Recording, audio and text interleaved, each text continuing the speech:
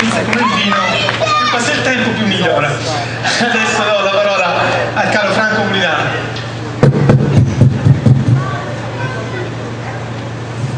Buonasera a tutti, le persone di questa piazza, e scusatemi se ho qualche emozione per queste persone qua. Siamo all'epilogo di questa campagna elettorale. Si sono presentate 3 liste dove la prima non l'avrei un pochettino saltare. La seconda abbiamo, io l'ho definito, un minestrone politico, dove all'interno troviamo ODC, PD, PDL, FLI, FLO, FLA e di più ne ha più ne mette.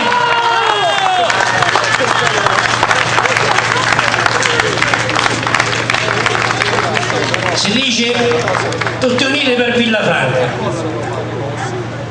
ma la storia ci ricorda nelle elezioni precedenti qualcuno è uscito fuori uno striscione, c'era scritto mafiosi, e adesso questo signore è con loro, e questa è la vera politica di Villafranca. Purtroppo io penso che ormai è arrivato l'ora di lavorare. In siciliano noi ci diciamo la rudiamo le mani che travagliamo.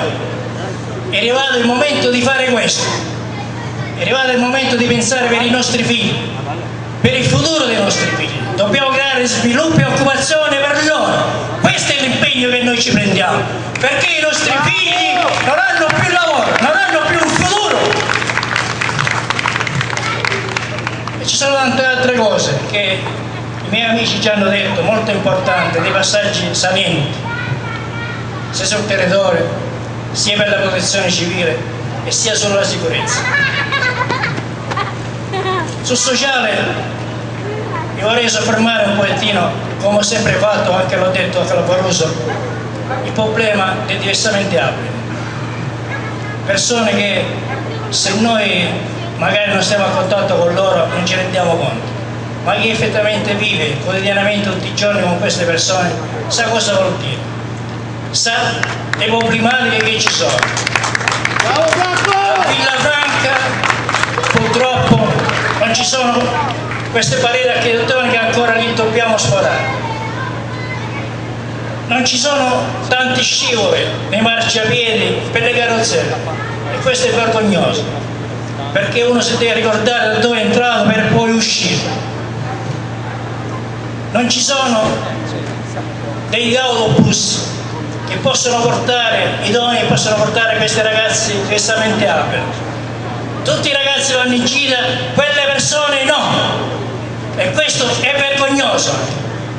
È vergognoso che non ci siano passerelle per scendere a mare. Questi ragazzi non possono andare a mare perché non ci sono passerelle. Eppure che ci vuole a fare? Niente, ci vuole solo la buona volontà, che non c'è.